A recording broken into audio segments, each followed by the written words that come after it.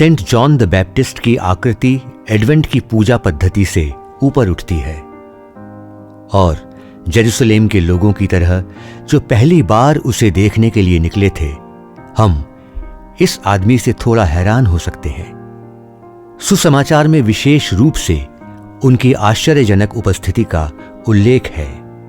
ऊंट के बाल वाले कपड़े पहनना, रेगिस्तान में रहना, टिड्डियां और जंगली शहद खाना। यदि आपने इस आदमी को सड़क पर अपनी ओर चलते हुए देखा तो आप दूसरी ओर जाने के लिए प्रलोभित महसूस कर सकते हैं।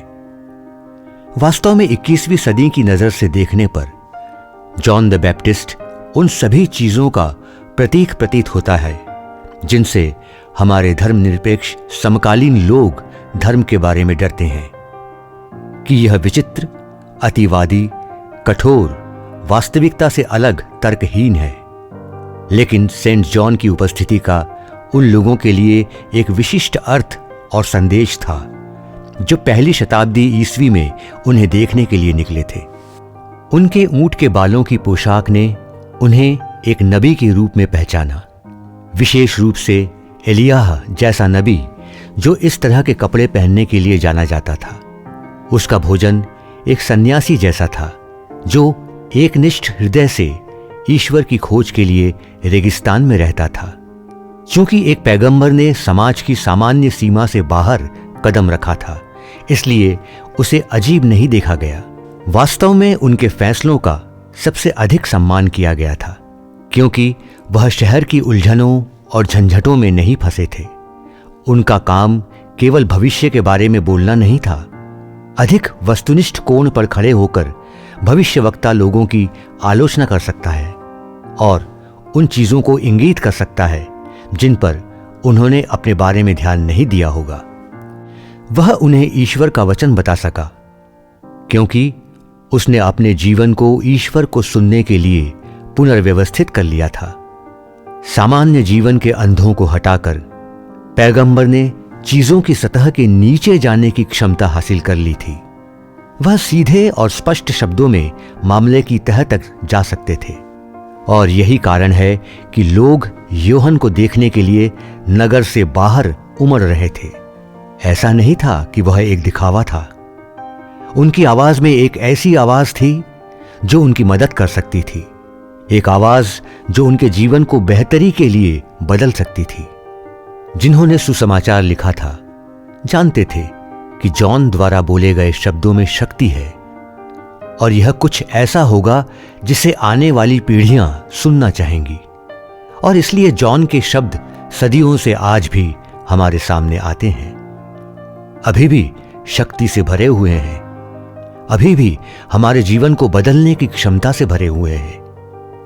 रेगिस्तान में किसी के चिल्लाने की आवाज, प्रभु के लिए मार्ग तैयार करो, उसके पथ सीधे करो, पश्चाताप करो क्योंकि स्वर्ग का राज्य निकट आया है। अपने पश्चाताप के प्रमाण के रूप में अच्छे फल लाओ। यीशु बिना बताए दुनिया में नहीं आए। उसने लोगों को उचित चेतावनी दी कि वह आ रहा है और हमारे लिए क्रिसमस अचानक हमारे पास आने के लिए नहीं है। हमारे पास तैयारी करने का समय है। मसीह के आगमन का रास्ता साफ करने का समय है। यह विशेषाधिकार प्राप्त मौसम आगमन है जो एक चर्च के रूप में हमारे लिए वही कार्य करता है जो जॉन ने अपने समय के लोगों के लिए किया था। आजकल हम कई जगहों पर नई सड़कों का निर्माण या सड़कों का चौड़ीकरण होते हुए देखते हैं।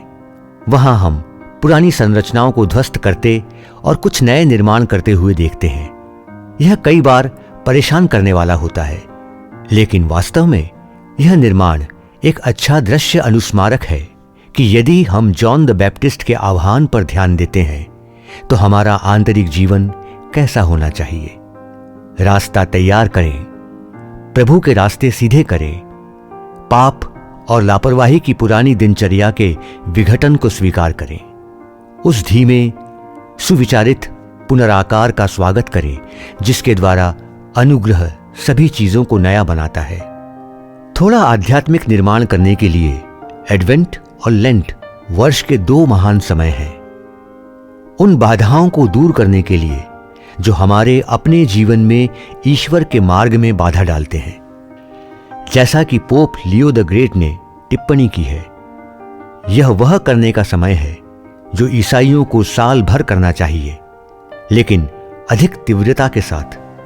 सद्गुणों का निर्माण, वे अच्छी आदतें जो हमें पूरी तरह से विकसित होने और उत्कृष्टता के लिए हमारी स्वतंत्रता का उपयोग करने में मदद करती हैं।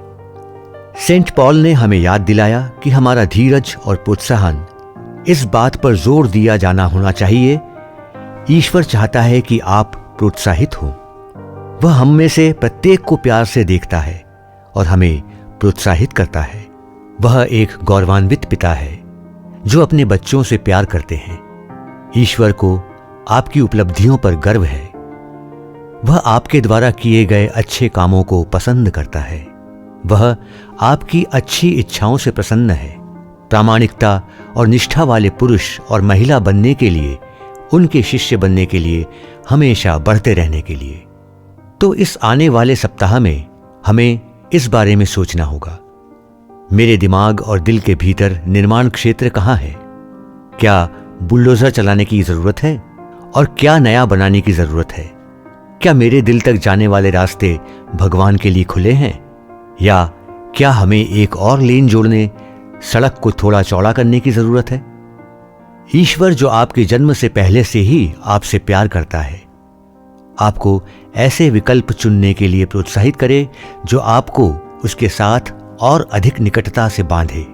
और आज हमें जो परम प्रसाद प्राप्त हुआ है, वह हमारे भीतर स्वर्ग के राज्य को मजबूती से स्थापित कर सकता है, क्योंकि प्रभु निकट है।